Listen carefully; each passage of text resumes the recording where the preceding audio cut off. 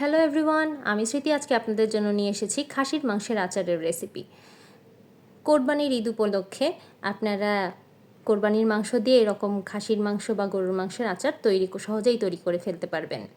দেখুন মাংসগুলো বাহির থেকে কতটা ক্রিস্পি দেখাচ্ছে, এবং আমি একটা মাংসের টুকরা ভেঙে দেখাচ্ছি।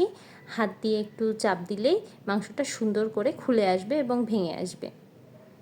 এই অবস্থায় আচারটাকে আপনারা রুম টেম্পারেচারে রেখে 2 থেকে 3 মাস সংরক্ষণ করতে পারেন। এমনকি আপনারা যারা দেশের বাহিরে কোরবানির মাংস পাঠাতে চান, তারাও এই পদ্ধতিতে মাংস আচার করে পাঠিয়ে দিতে পারেন। এখানে আমি খাসির মাংস নিয়েছি, মাংস এবং চর্বি মিলিয়ে 1/2 কেজি পরিমাণের। এখানে হাড় থাকা চলবে না।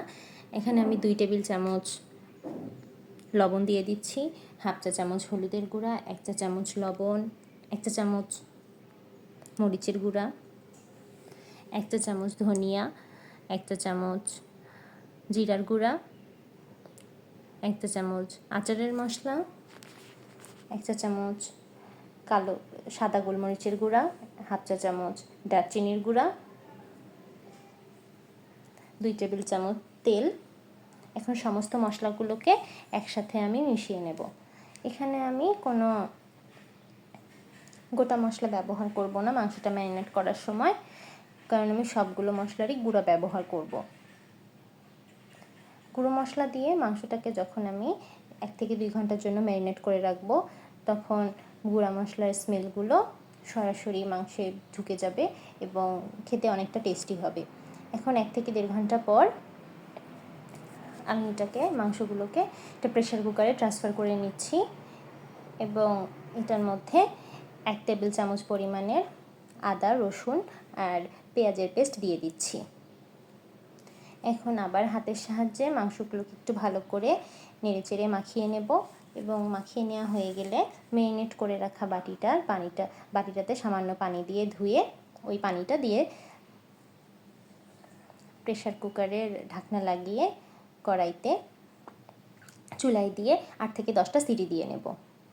যতক্ষণ মাংসটা আমার রান্না হচ্ছে, ঠিক সেই সময় আমি একটা বড় সাইজের রসুনটাকে ছিলে নিচ্ছি, এবং রসুনটা ছিলে নেওয়া হয়ে গেলে রসুনটাকে আমি একটু গোটা গোটা করে কেটে নেব। এই আচারটাতে আমি গোটা রসুনের জায়গায় একটু কাটা কাটা রসুন ব্যবহার করব।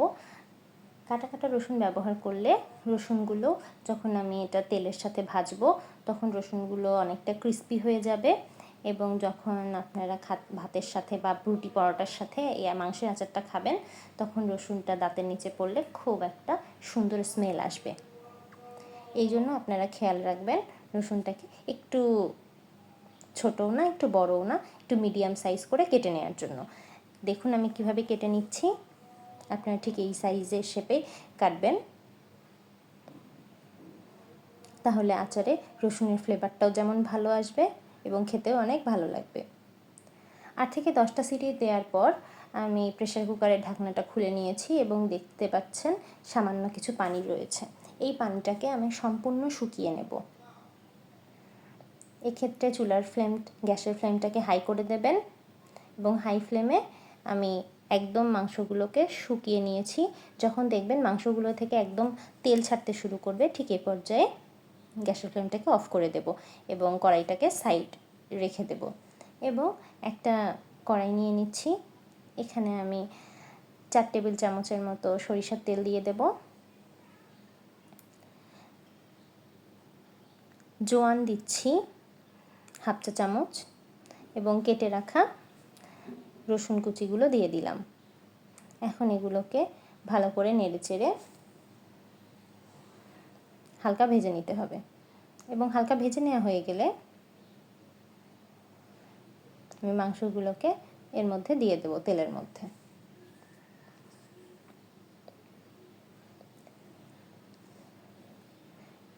তেলের মধ্যে মাংসগুলো দেয়া হয়ে গেলে এখন উল্টে পাল্টে নেড়েচেড়ে মাংসগুলোকে তেলের মধ্যে ভেজে নেব। খাসির মাংস রান্না করলে অনেকের কাছে গন্ধ লাগে, অনেকে খাসির মাংস খেতে পারেন না, কিন্তু এই পদ্ধতিতে আপনারা একবার খাসির মাংস বানিয়ে দেখবেন, আপনাদের অবশ্যই ভালো লাগবে। এবং এই আচারটা যে কোনো সময় ভাত, রুটি, পরোটা কিংবা পোলাও, বিরিয়ানি সব কিছুর সাথেই মাশাআল্লাহ খুব ভালো লাগে খেতে। আপনারা যদি এই আচারটা একটু বেশি পরিমাণে বানিয়ে রাখেন তাহলে অনায়াসেই যে কোনো কিছুর সাথে এটা খাওয়া যায়।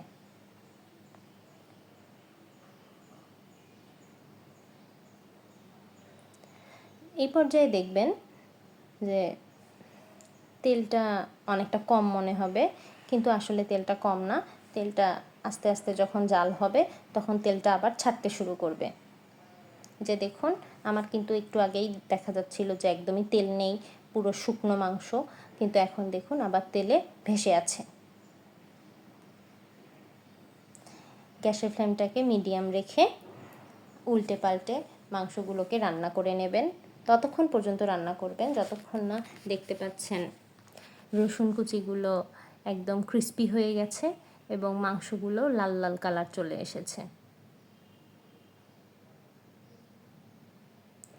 মাংসগুলো লাল লাল কালার চলে আসা পর্যন্ত এটাকে ভালো করে উল্টে পাল্টে নেড়ে চেড়ে রান্না করে নিতে হবে।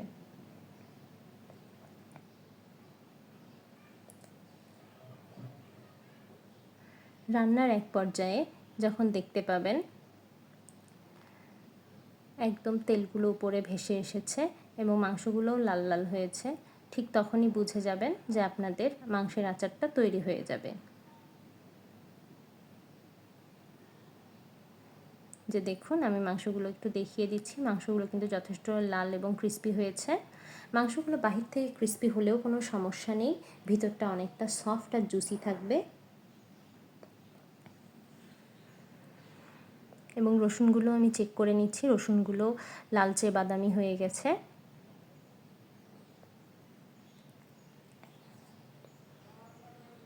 এখন আমি 1 টেবিল চামচ ভাজা জিরার গুঁড়া দিয়ে দিচ্ছি। আর ভাজা জিরার গুঁড়া যখন অ্যাড করব তখন আমি গ্যাসের ফ্লেমটাকে টোটালি অফ করে দিয়েছিলাম। এখন এই গরম তেলের মধ্যেই মাংসটাকে বেশ কিছুক্ষণ নেড়েচেড়ে নেব এবং নেড়েচেড়ে মাংসটাকে একদম প্রায় ঠান্ডা করে নেব। তৈরি হয়ে গেল আমার সুস্বাদু খাসির মাংসের আচার। এখন এটাকে আমি একটা কাচের জারে ট্রান্সফার করে নিলাম। আপনারা অবশ্যই এই মাংসের আচারটাকে কাচের জারে সংরক্ষণ করার চেষ্টা করবেন, তাহলে আচারটা অনেক দিন ভালো থাকবে। তৈরি হয়ে গেল আমার সুস্বাদু মজাদার মাংসের আচার। এরকম আরও অনেক ইউনিক রেসিপি পেতে আপনারা আমার চ্যানেলটিকে সাবস্ক্রাইব করুন এবং আপনাদের যদি আমার ভিডিওটি ভালো লাগে তাহলে লাইক, কমেন্ট অ্যান্ড শেয়ার করে পাশেই থাকবেন। এবং এই সামনে আসছে কোরবানি ঈদে, আপনারাও আপনাদের বাড়িতে কোরবানির মাংস দিয়ে তৈরি করে ফেলতে পারেন এরকম সুস্বাদু মজাদার মাংসের আচার। আর আপনারা যদি বাড়িতে আচারটা বানান তাহলে অবশ্যই আমাকে কমেন্ট করে জানাবেন আপনাদের কেমন লাগলো। এতক্ষণ সাথে থাকার জন্য এবং ভিডিওটি দেখার জন্য থ্যাংক ইউ।